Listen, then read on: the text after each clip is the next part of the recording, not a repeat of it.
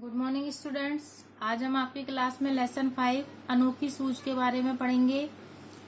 बात पुराने जमाने की है। उन दिनों देवताओं और दानवों में बेटा युद्ध होता रहता था। दोनों पक्ष मिलकर एक बार प्रजापति यानी कि ब्रह्मा जी के पास गए और वहां जाकर बोले, ब्रह्मा जी, हम दोनों ही आपकी संतान हैं, बताइए कि हम दोनों में बुद्धि में कौन बड़ा है। उन्होंने प्रश्न किया कि हम दोनों में बुद्धि में कौन बड़ा है। तब उनकी बात सुनकर के प्रजापति जो है मुस्कुराए और मन में सोचने लगे कि मैं किसे बड़ा बताऊं, देवताओं को या दानवों को। देवताओं को बड़ा बताता हूं तो दानव नाराज हो जाएंगे और दानवों को बड़ा बताता हूं तो देवता नाराज हो जाएंगे। हो सकता है तब दोनों आपस में लड़ने लगे। बड़ा टेढ़ा प्रश्न था। बड़ा बताए तो किसे बताए। कुछ सोचकर वे बोले, इसका उत्तर मैं कल दूंगा। तब ब्रह्मा जी बोले कि इसका उत्तर मैं आपको कल दूंगा।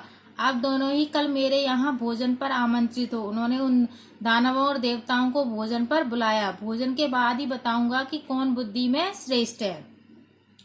दूसरे दिन दोनों पक्ष भोजन के लिए पहुंचे। दोनों को अलग अलग कमरों में बिठा दिया गया। दानवों को अलग और देवताओं को अलग बिठा दिया गया। वहां मिष्ठान से भरे थाल भिजवा दिए गए, यानी मिठाई से भरे हुए थाल भिजवा दिए गए।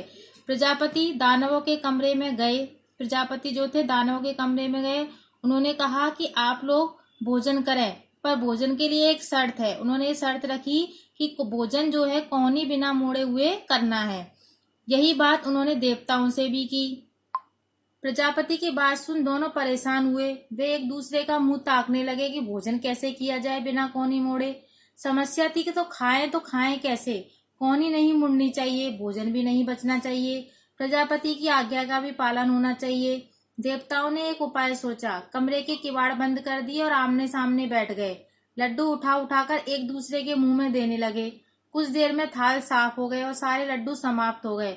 ना तो कोई हल्ला गुल्ला हुआ, ना शोरगुल। देवताओं ने शांति पूर्वक भोजन किया। दानव अपने कमरे में परेशान थे। सोचने लगे, बेकार ही यहाँ आए, नहीं आते तो यह परीक्षा तो नहीं देनी पड़ती, आ गए हैं तो परीक्षा देनी ही पड़ेगी। दानवों ने भी किवाड़ बंद किए। लड्डुओं के थालों पर टूट पड़े। लड्डू लेकर ऊपर उछालने लगे। लड्डू जब नीचे आते तो मुंह खोल के लपकते। लड्डू जमीन पर गिरते और चूर चूर हो जाते। कमरे से हुआ हू की आवाजें आती रहीं। चीखते और चिल्लाते और लड़ते झगड़ते रहे।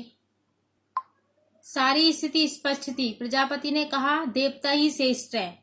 जानते हो क्यों? क्योंकि उन्होंने सहकार की भावना से, आपसी भावना से कार्य किया, आपसी सहयोग की भावना से कार्य किया। उन्होंने खुद भी खाया और दूसरों को भी खिलाया।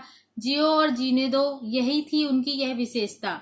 उन्होंने बुद्धि से काम किया, सूझबूझ दिखाई। ये आमने सामने बैठ गए, एक दूसरे के मुंह में लड्डू देते रहे। थोड़ी देर में थाल साफ कर दिए। दूसरी तरफ दानवों ने शर्त का पालन किया। लड्डू उछालते रहे, उन्हें पाने के लिए लपकते रहे। ना खुद खाए ना दूसरों को खाने दिए। लड्डू तो बिगड़े ही, पेट भी ना भरा। तो बेटा इस कहानी से हमें शिक्षा मिलती है कि जिसके पास बुद्धि है उसी के पास बल होता है। समझ में आई बेटा? अब इसके जो क्वेश्चन आंसर है बेटा वो मैं कल कराऊंगी।